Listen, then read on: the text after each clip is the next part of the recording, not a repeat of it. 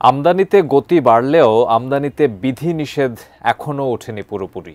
ব্যবসায়ীরা বলছেন, নিয়ন্ত্রিত আমদানির কারণেই গতি আসছে না অর্থনীতিতে। বাংলাদেশ ব্যাংক অবশ্য বলছে, আমদানির ক্ষেত্রে ধীরে ধীরে উদারতার পথেই হাঁটবে তারা। গোলাম কাদের রবুর রিপোর্ট। বলতে গেলে ডলার সংকট এখন আর নেই, বরং বাজারে চাহিদার তুলনায় সরবরাহই বেশি, যে কারণে বাজার থেকে উল্টো ডলার কিনছে কেন্দ্রীয় ব্যাংকও। আমদানির ক্ষেত্রে ব্যাংকগুলোর দরকার হচ্ছে না তাদের ডলার সাপোর্টও। সব মিলে আমদানির ঋণপত্র বা এলসি আগের চেয়ে বেশি খুলতে পারছে ব্যাংকগুলো। বাংলাদেশ ব্যাংকের হিসাব বলছে, জুলাই আগস্ট মাসে ভোগ্যপণ্য, শিল্পের কাঁচামাল ও যন্ত্রপাতি আমদানি বেড়েছে। বিজলি কেবলসের স্কিন কোটেড ইনসুলেশন আগুন প্রতিরোধী। বিজলি কেবলস, নিরাপদ আজীবন।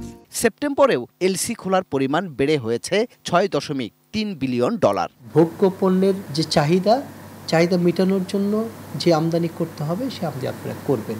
ব্যাংক আপনাদেরকে সেই সহযোগিতা করবে। এই ব্যাপারে ব্যাংকগুলোকে নির্দেশনা দেওয়া আছে। আমদানি ব্যয় নির্বাহের জন্য কেন্দ্রীয় ব্যাংক থেকে কোনো ডলার সহায়তা করারও প্রয়োজন নেই এই মুহূর্তে, কারণ অধিকাংশ ব্যাংকে এখন ডলারের প্রাচুর্য রয়েছে।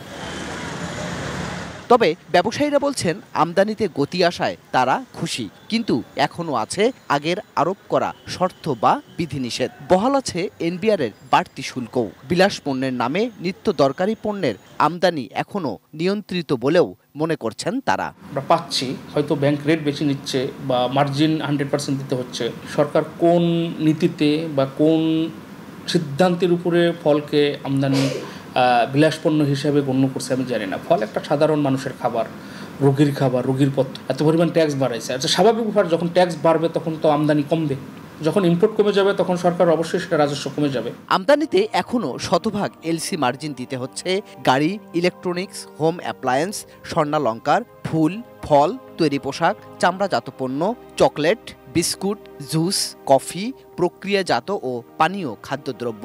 এসব পণ্য আমদানিতে বন্ধ আছে ব্যাংক ঋণও। নগদ মার্জিনটা সেটা ডিপেন্ডিং অন লিকুইডিটি পজিশন। গরিব দেশগুলা তার কি জিনিস আনবে, যেমন ঔষধ, একবার জীবন রক্ষাকারী ঔষধ আমরা প্রডিউস করতে পারি না, সেটা আমার আনতে হবে।